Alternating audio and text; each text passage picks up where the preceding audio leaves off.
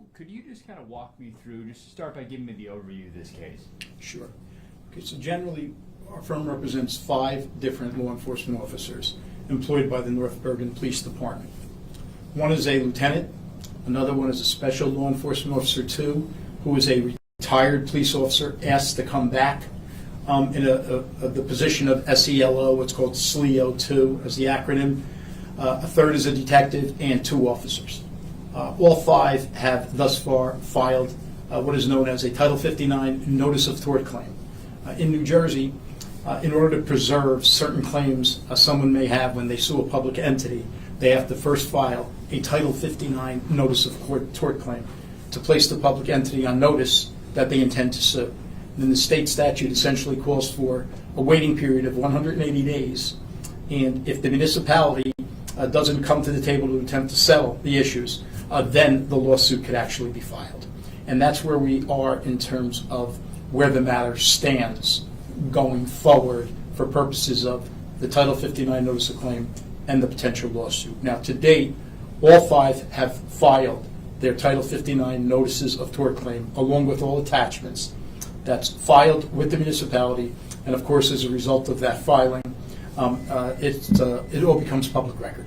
And that's where we stand right now in terms of at least procedural history. So it's a suit against the chief and the department? It's not an actual suit. Oh, well, it's the notice of claim, but yeah. the named defendants, if the matter doesn't settle amicably prior to filing a suit, it would be the Township of North Bergen, Robert Farley, the current chief of police, and probably certain other superior officers. Right now, we're looking at maybe 2 other superior officers. And what do these officers, the plaintiffs, what do they say happened?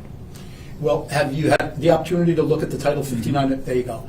Okay, so there, since the chief, apparently Mr. Farley was sworn in approximately 1 year ago. As soon as he became chief, the retaliation, the actions on the job, Mr. Farley's actions on the job, ostensibly immediately changed. In other words, as soon as he's sworn in, he then begins to do certain things within the department. As these things initially, or these acts are initially, for want of a better word, reflected by Mr. Farley, they get worse and worse. They progressively get worse and worse. Comes to a point where, out of our 5 officers that we represent, 2 or 3 immediately begin to say, "Hey, listen, this is not just pranking anymore. This is getting, a little out of control." We're a law enforcement agency, so they would advise, the chief himself, Mr. Farley himself, as well as others, that these actions are getting out of control. Once they started to take umbrage at the actions, then remarks were made to them along the lines of, "You can't take a joke. If you can't take it, get out, retire, get lost. Remove yourself from the department."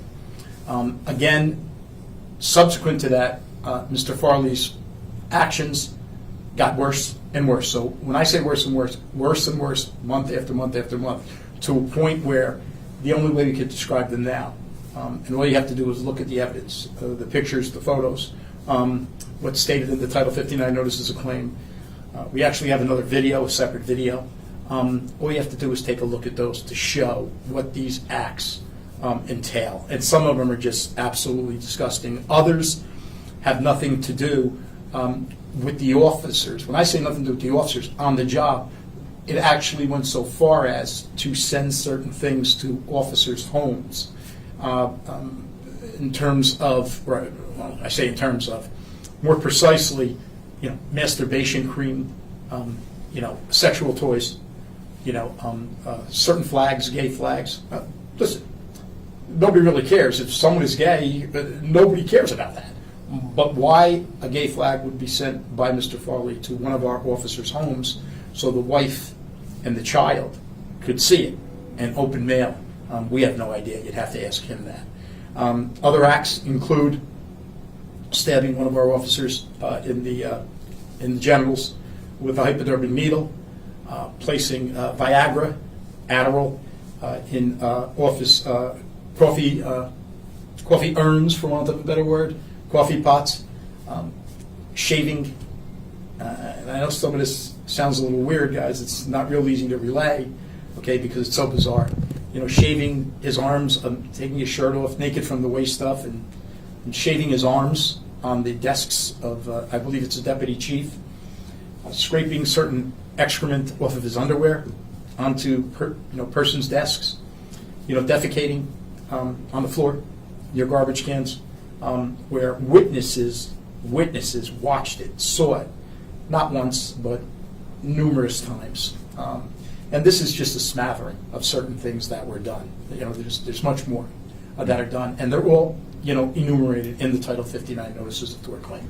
When you first had this case come across your desk, how'd you feel? What was your reaction? Bizarre. We've represented probably, literally, hundreds and hundreds of police officers over the years. What you do here at our firm, what we sort of specialize in, and you think you see it all.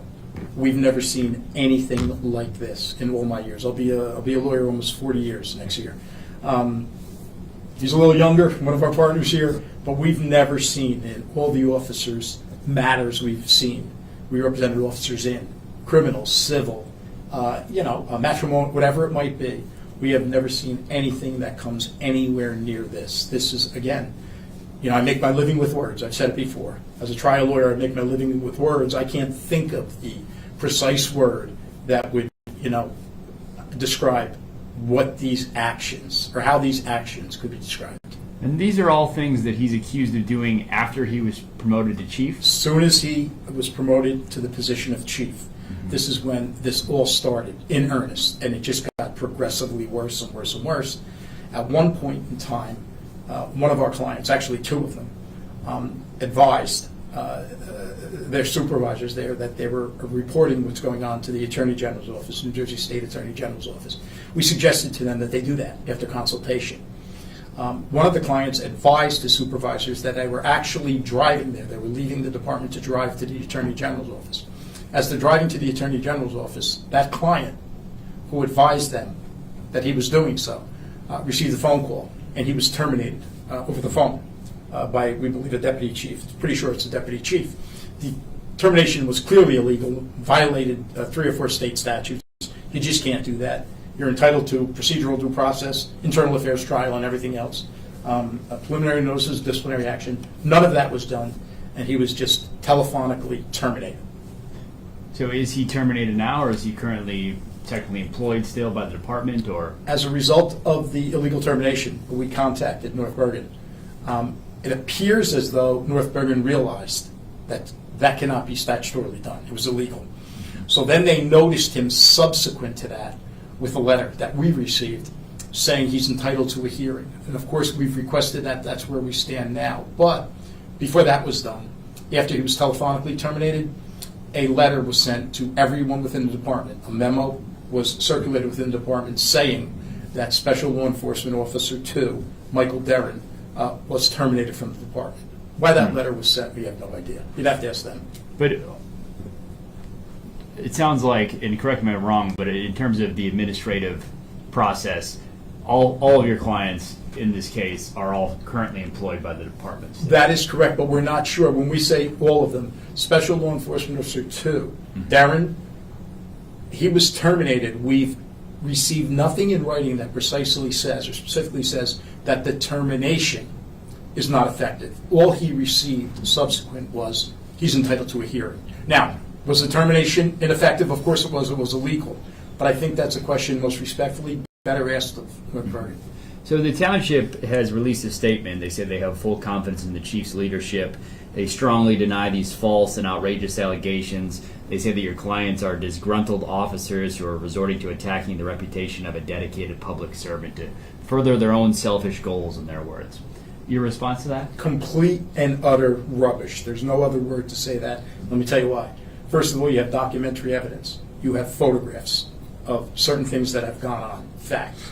Other times you have witnesses, numerous witnesses, who've seen defecation, who've seen what was delivered or sent to one of our clients' homes. That's number 2. Number 3, all of our clients have straight out told us they'd have no problem whatsoever taking polygraph exams immediately. Now, we understand the admissibility of polygraphs in the state of New Jersey, but the fact of the matter is you're not going to have 5 law enforcement officers who say straight out on initial, listen, I want to go on a polygraph.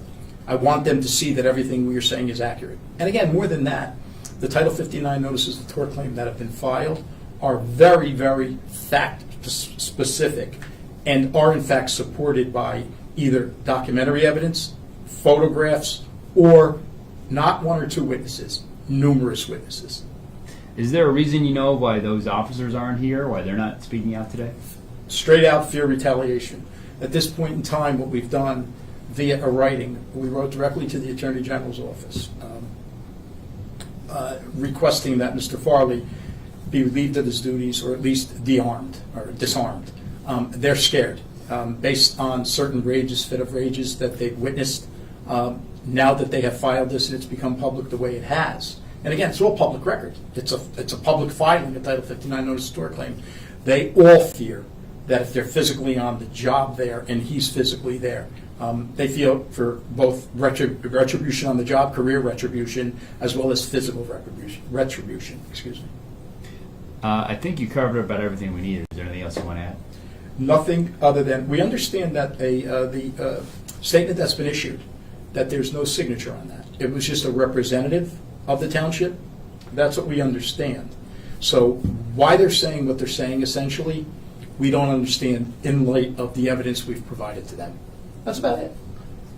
Do you guys have any questions? How would you characterize the work environment at that police department? From what we're told by our 5 officers, as well as several others that we don't represent, right now, the work environment is chaotic. Now, I could tell you, based on experience with the North Bergen Police Department, we've represented other officers in the past, years back, for different reasons. The North Bergen Police Department is one of the finest police departments in the state of New Jersey. Phenomenal, not good, phenomenal officers there. So to be told what we're being told now, that it's either chaotic, that this entire story has essentially dropped a chaos grenade on the department, I guess you're better off speaking most respectfully to representatives from North Bergen to maybe further describe. And how long have your clients been on the job? Several years. One, the special law enforcement officer, 2, was a retired officer, asked to come back by Mr. Farley to work in his front office. Second one is a lieutenant on the job for years. And all other officers, well, 2 of the others are on the job also for years. One is younger, and that is the special law enforcement officer 2, Mike Darren, his son. And by the way, as soon as our client, Darren, was illegally terminated telephonically, his son, within 24 hours, I believe it is, was transferred from the day shift to the midnight shift. Was there any behavior like this before he was elevated to chief? We've been asked that question before. From what our clients are saying, no, nothing this bizarre. It seems like as soon as he was sworn in, the information that we've received by way of our investigation so far is ostensibly as soon as he was sworn in, his behavior immediately began to change. But it's interesting to note it's become progressively worse and worse and worse. Were there any other complaints filed besides the Attorney General's office beforehand? What we can tell you factually is, we advised the clients to go to the AG's office to report it. The Hudson County Prosecutor's Office is a fine office, but because obviously North Bergen is right there in Hudson County and works with that prosecutor's office, we believe that the chief law enforcement office in the state, the AG's office, was the proper entity to investigate. And we can tell you factually that our clients have in fact reported everything that's going on to the AG's office. They've referred the case to the prosecutor's office, according to their statement. Is that a good idea, do you think? Well, what we understand is they referred it to the Hudson County Prosecutor's Office. The Hudson County Prosecutor's Office has now referred everything, all questioning, to the Attorney General's office. Yeah. Do you have a copy of the filing with you? We have copies of the filings that just about everybody has thus far. Right. We have the digital copy. I just thought it might be it might help us visually if we had a shot. If John got a shot of like me and you, and maybe you're flipping. You guys could. We'll print it out for you right now. Everybody else who's coming all day long has asked for that. We'll give you a copy right now for you to take a look at. Okay, sounds good. Is it too early to ask what you're seeking, what the officers are Absolutely seeking? not. Everyone else has today. What they're seeking, number one, Of course, they're looking for remuneration, monetary remuneration. However, number one is that he be relieved of his duties, okay? Nobody wants to hurt him. Our clients, no matter what they've been subjected to, have made it clear to us, nobody wants to hurt the guy. But he needs to be relieved of his duties, number one. Number two, he needs to be disarmed. We've requested of the AG's office that he be relieved of his duties and disarmed, okay? And then, of course, as a result of what they've gone through for the last year, we're looking for some sort of financial settlement. But again, let me make this clear, the financial settlement is not, that's not the key here. They want to see him relieved of his duties so they can work day to day on the job and continue to do what they love. Would criminal charges be appropriate here? Completely up to the AG's office, but I could tell you this, I worked, I'm a retired first assistant, Essex County prosecutor, and I can tell you that certain of these actions, okay, if proven, right, he has his right to, these claims have to be proven, but if proven, several of them are criminal in nature, but that would be up to the Attorney General's office, see what they would decide there, what their investigation reveals. I'm good. Good, guys? Terrific. Take your time, guys. If you want water, coffee, and then we'll bring in what you need. Did you guys put out the pictures? Yep. And the video also, you guys? There's no video. There's pictures. Oh, okay. Okay. There is a video, but that waits. Okay. We're waiting on that. But we'll give you what we have here. If we could get a shot of you with the filing, that would be very helpful. Yeah, we'll print that out. It takes a little bit because Okay. there's 5 of them and a couple pages. Can we Yeah. print that and bring it back in? Yep. Just give us And all the 5 photos minutes. were part of that filing, so that's Great. part of the public record aspect of this. Okay, thank you. No problem. All right. You got it here, man? No, I don't. Not you.